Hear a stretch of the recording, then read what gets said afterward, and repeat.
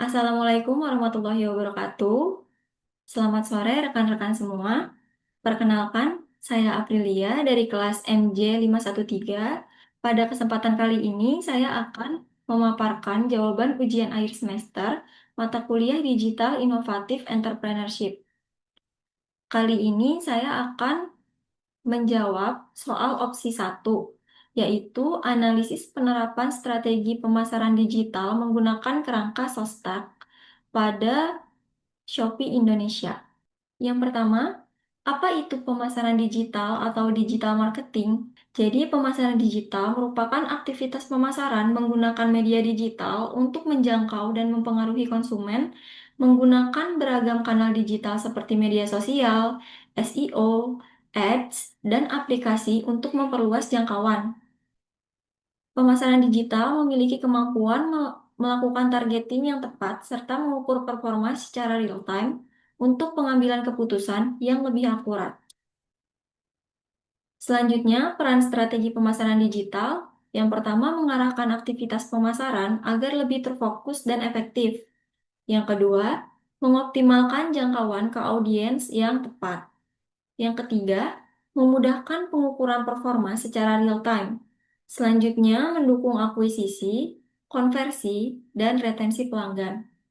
Yang terakhir, meningkatkan keberhasilan dan pertumbuhan bisnis digital. Selanjutnya, untuk strategi pemasaran digital, konsepnya yang pertama, aktivitas digital, yaitu rencana terstruktur untuk memanfaatkan kanal digital dalam mencapai tujuan pemasaran. Lalu platform digital mencakup penentuan target audiens, pemilihan platform, penyusunan pesan, dan pengukuran kinerja.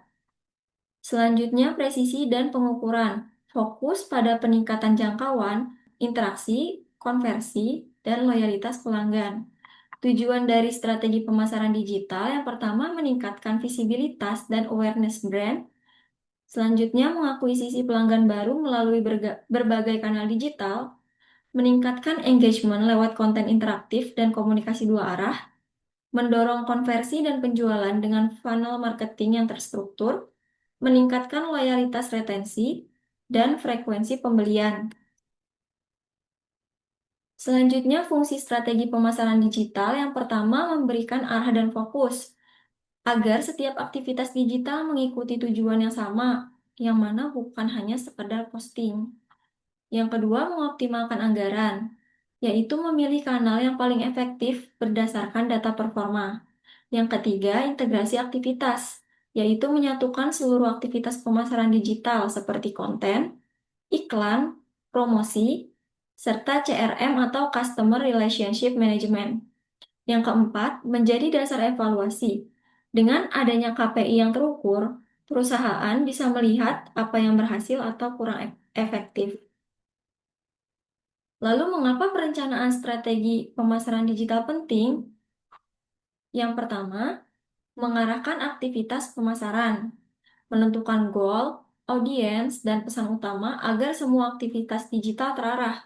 Yang kedua, mengoptimalkan anggaran dan sumber daya, yaitu membantu memilih kanal yang paling efektif sehingga biaya pemasaran lebih efisien dan tepat sasaran. Selanjutnya, yang ketiga, meningkatkan efektivitas kampanye. Setiap kampanye memiliki rencana, alur, dan eksekusi yang terstruktur sehingga hasilnya lebih maksimal. Yang keempat, memudahkan pengukuran dan evaluasi. Strategi yang terencana memudahkan perusahaan menetapkan KPI dan menilai performa secara real-time untuk perbaikan berkelanjutan.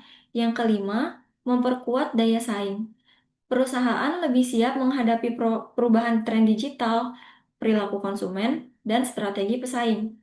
Yang keenam, mendukung pertumbuhan bisnis jangka panjang, membantu membangun brand yang kuat, menjaga loyalitas pelanggan, dan menciptakan proses pemasaran yang berkelanjutan. Selanjutnya, apa itu SOSTAK? SOSTAK merupakan model perencanaan strategi pemasaran komprehensif yang dikembangkan oleh Paul R. Smith. Lalu, SOSTAK itu kepanjangannya adalah S Situation Analysis, yaitu menganalisis kondisi saat ini, yang mana merupakan pasar, kompetitor, tren, kekuatan dan kelemahan perusahaan. Untuk O-nya adalah objectives, yaitu menentukan tujuan yang ingin dicapai. Biasanya menggunakan SMART, yaitu specific, measurable, achievable, relevant, dan time-bound. S-nya strategi, yaitu menjelaskan pendekatan umum untuk mencapai tujuan seperti segmentasi, targeting, dan positioning. T-nya ini tactics, taktik, menjabarkan alat, kanal, dan aktivitas pemasaran yang digunakan seperti ads, promo, maupun influencer. A-nya ini action atau aksi, merupakan implementasi dari siapa yang melakukan apa, kapan, dan bagaimana. C-nya ini kontrol, yaitu mengukur performa, KPI, evaluasi, dan monitoring. Selanjutnya, studi kasus analisis penerapan strategi pemasaran digital menggunakan kerangka SASTA pada Shopee Indonesia. Jadi, mengapa saya memilih Shopee Indonesia sebagai objek studi kasus? Yang pertama, karena Shopee Indonesia sebagai market leader dan sangat relevan di Indonesia. Shopee adalah salah satu e-commerce terbesar dan paling dominan di Indonesia. Yang kedua, strategi digital yang jelas dan kaya akan aktivitas. Shopee rutin menjalankan kampanye besar seperti kampanye tanggal kembar, iklan digital, dan social commerce. Yang ketiga, data performa kampanye terukur dan kontekstual. Performa kampanye seperti 11-11 atau 12-12 mudah dianalisis karena datanya terukur. Selanjutnya, situation analysis dari Shopee Indonesia. Pertama, dari sisi audiens, mayoritas pengguna Shopee Indonesia bersifat price sensitif dan sangat responsif terhadap program promo. Selain itu, masyarakat Indonesia memiliki minat tinggi pada pola belanja interaktif, terutama melalui fitur live, commerce, dan video pendek. Yang kedua, pada aspek sosial dan engagement, Shopee Live berperan besar dalam meningkatkan interaksi antara penjual dan pembeli, terutama saat kampanye besar seperti 11-11 dan 12-12. Ekosistem kreator dan affiliate juga turut memperkuat arus traffic menuju produk dan halaman kampanye. Yang ketiga, dari sisi perangkat mobile, Shopee menerapkan pendekatan mobile first, karena sebagian besar transaksinya dilakukan melalui smartphone. Fitur in-app, seperti rekomendasi produk dan notifikasi, turut membantu meningkatkan retensi pengguna. Selanjutnya, untuk bagian landing page, tab kampanye menjadi elemen penting karena mampu meningkatkan exposure produk selama periode promosi. Penjual juga dapat memantau performa seperti kunjungan, konversi, dan pesanan melalui seller center secara real time. Yang terakhir, terkait kompetitor, Shopee berhadapan dengan Tokopedia, Lazada, dan TikTok Shop. Meskipun persaingannya semakin ketat, Shopee tetap unggul pada kombinasi promo, live commerce, dan dukungan kreator sebagai nilai pembeda. Selanjutnya, untuk objektif, saya akan menjelaskan tujuan pemasaran digital Shopee Indonesia berdasarkan prinsip SMART, yaitu spesifik, terukur, realistis, dan berbatas waktu. Yang pertama, dari aspek spesifik. Shopee menetapkan secara jelas apa yang ingin ditingkatkan, seperti traffic, transaksi, jumlah penjual aktif, maupun tingkat engagement. Selain itu, Shopee juga menargetkan segmen pengguna dan kanal pemasaran tertentu agar tujuannya lebih terarah. Yang kedua, pada aspek terukur, Shopee menggunakan indikator kinerja atau KPI seperti jumlah pengunjung, pesanan, conversion rate, dan revenue. Seluruh KPI ini dapat dipantau melalui dashboard pengguna kampanye sehingga proses evaluasi menjadi lebih mudah dan objektif. Yang ketiga, tujuan yang ditetapkan harus achievable dan relevan. Artinya targetnya disesuaikan dengan kapasitas ekosistem Shopee, termasuk kemampuan seller, logistik, dan anggaran promosi. Tujuan ini juga selaras dengan fokus bisnis Shopee, yaitu mendukung pertumbuhan UMKM dan peningkatan transaksi. Yang terakhir, tujuannya harus time-bound, yaitu memiliki batas waktu tertentu, misalnya kampanye 11-11 atau 12-12, maupun target per kuartal. Dengan adanya timeline ini, Shopee dapat melakukan monitoring harian saat puncak kampanye, maupun evaluasi berkala mingguan atau bulanan. Selanjutnya, pada bagian strategi, yang pertama dari sisi target pasar baru, Shopee berfokus pada perluasan segmen pembeli yang aktif di live dan video commerce. Selain itu, peran kreator dan afiliat terus diperluas sebagai kanal akuisisi yang efektif, mengingat konten rekomendasi memiliki pengaruh besar terhadap keputusan pembeli di Indonesia. Yang kedua, pada aspek perbaikan strategi, Shopee perlu mengurangi ketergantungan pada promo harga yang berulang. Pendekatan ini digantikan dengan penguatan UI atau UX, personalisasi konten, serta pengembangan program loyalitas untuk meningkatkan nilai yang lebih berkelanjutan bagi pengguna. Yang ketiga, pada area prioritas, Shopee berfokus pada peningkatan efisiensi kampanye dan retensi pengguna. Selain itu, penguatan value brand lokal dan UMKM menjadi salah satu diferensiasi Shopee di pasar Indonesia karena mampu menarik segmen konsumen yang mendukung produk lokal. Selanjutnya, Shopee menetapkan KPI strategis yang dimonitor secara konsisten, antara lain conversion rate dan jumlah pesanan selama kampanye 11-11 dan 12-12. Tingkat engagement pada Shopee Live yang terbukti meningkat hingga 7-9 kali, serta jumlah klik dan traffic yang berasal dari kreator atau afiliat. Selanjutnya, pada bagian taktik, saya menjelaskan bagaimana Shopee mengeksekusi strategi melalui pengaturan konten, jadwal kampanye, dan distribusi channel. Yang pertama, pada timeline kampanye, Shopee membagi aktivitas ke dalam 3 fase utama. Yang pertama, pada fase pre-head, yaitu berlangsung dari H-7 hingga H-1. Shopee mendorong teaser promo melalui feed dan story, mengumpulkan wishlist dan keranjang, serta melakukan warm-up Shopee Live untuk memperkenalkan produk. Lalu pada hari puncak, Shopee mengaktifkan Shopee Live dan Flash Deal, serta voucher yang terbatas, memaksimalkan push notification dan banner secara real-time, serta melibatkan kreator dan afiliat untuk memberikan rekomendasi produk secara langsung.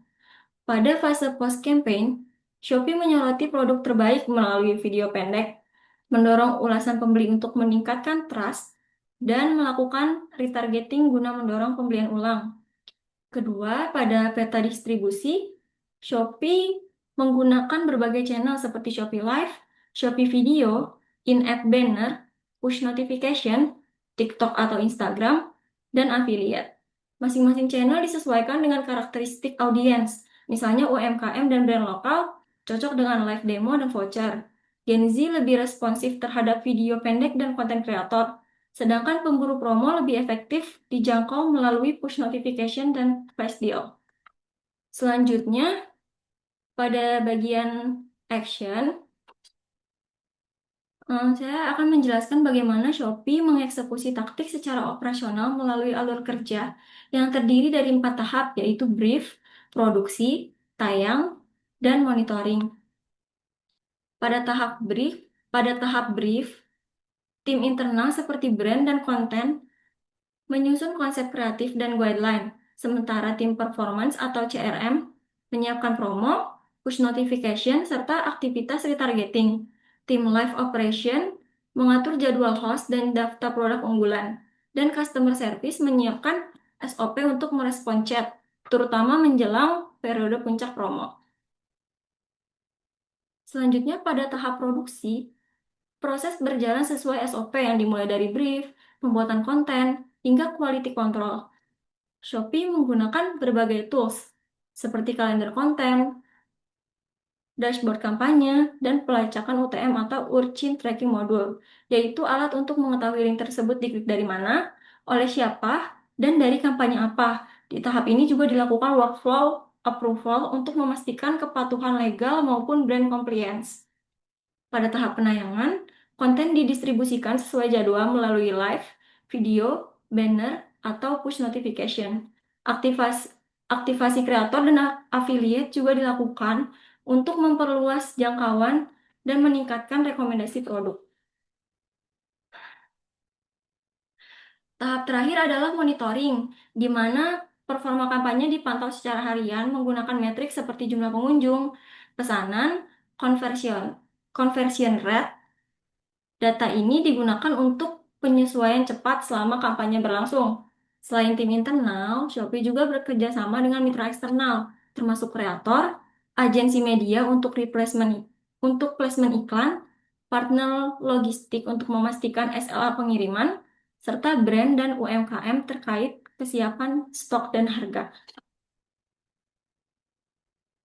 Selanjutnya, pada bagian kontrol dan monitoring, yang pertama, Shopee melakukan pengukuran KPI secara berkala, mencakup jumlah pengunjung, pesanan, conversion rate, dan pendapatan.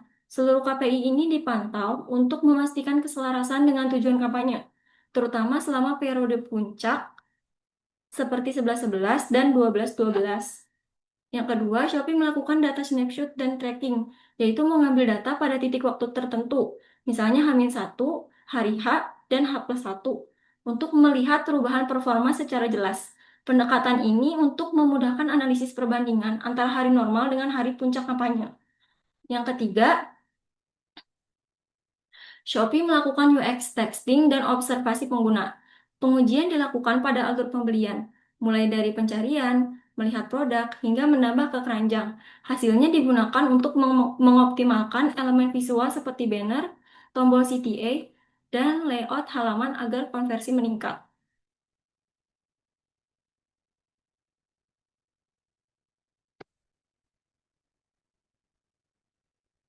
Pada bagian rekomendasi, saya menyampaikan 4 strategi utama yang dapat diterapkan Shopee Indonesia berdasarkan temuan kampanye 11.11 dan 12.12 tahun 2024, di mana performa Shopee Live meningkat hingga 7,5 kali pada 11.11, penjualan UMKM naik 7 kali, Shopee Live kembali meningkat 9 kali, dan klik affiliate bertambah hingga 5 kali lipat pada 12.12.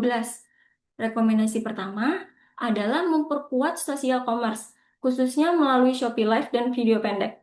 Aktivitas seperti demo produk, bundling, produk voucher khusus live, serta kolaborasi dengan kreator terbukti sangat efektif dalam meningkatkan discovery dan kepercayaan konsumen. Rekomendasi kedua adalah mengurangi ketergantungan pada promo harga. Shopee perlu beralih dari strategi diskon menuju strategi value dengan menonjolkan layanan, pengalaman belanja, dan diferensiasi non-harga agar profitabilitas lebih berkelanjutan. Selanjutnya, rekomendasi ketiga berfokus pada service dan logistik excellence, terutama dalam meningkatkan kecepatan pemrosesan pesanan, kepastian status pengiriman, serta penyederhanaan proses retur dan refund. Karena aspek-aspek ini berpengaruh secara langsung terhadap tingkat kepercayaan pengguna.